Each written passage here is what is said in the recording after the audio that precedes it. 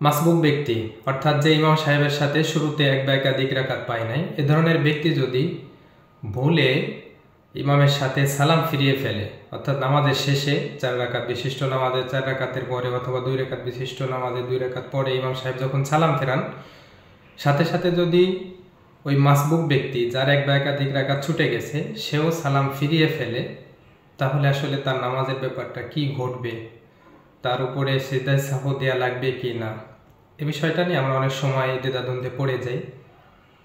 তো এক্ষেত্রে ইসলামী শরিয়ার সমাধান হলো বা ফিকহি কিতাবের সমাধান হলো যে এই ধরনের ক্ষেত্রে মুক্তাদি যদি ভুলে ইমামের সাথে সালাম ফিরায়, তো এই সালামটা দেখতে হবে ইমামের সঙ্গে সঙ্গে হয়েছে নাকি ইমামের আগে হয়েছে।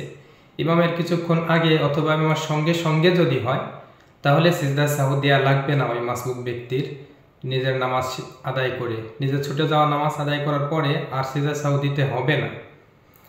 আর যদি সাধারণত যেটা ঘটে ইমাম আগে সালাম ফিরায়, তার সাথে সাথে বা একটু পরে মুক্তাদিরা সালাম ফিরায়, তো সাথে সাথে ঘটলে সিজদায়ে সাহু দিতে হবে না। আর যদি সে সাধারণত যেভাবে ঘটে মুক্তাদিরা একটু পরে সালাম ফেরায় বা সামান্য পরে সালাম ফেরানো হয় সাধারণত, তো এ ধরনের ক্ষেত্রে মুক্তাদি মাসবুক ব্যক্তি যদি সালাম ফিরিয়ে ফেলে ভুলে, তাহলে তার অবশিষ্ট নামাজ আদায় করে সিজদায়ে সাহু দিতে হবে। এটাই ফিকহি কিতাবের মাসআলা।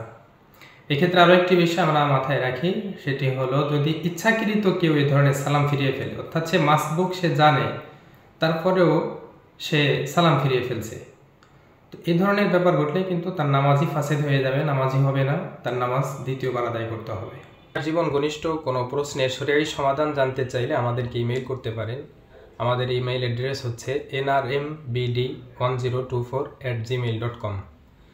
আমরা ইনশাল্লাহ আপনার প্রশ্নের উত্তরটি ইমেইলের মাধ্যমে অথবা অন্য কোনো উপায়ে জানিয়ে দেওয়ার চেষ্টা করব।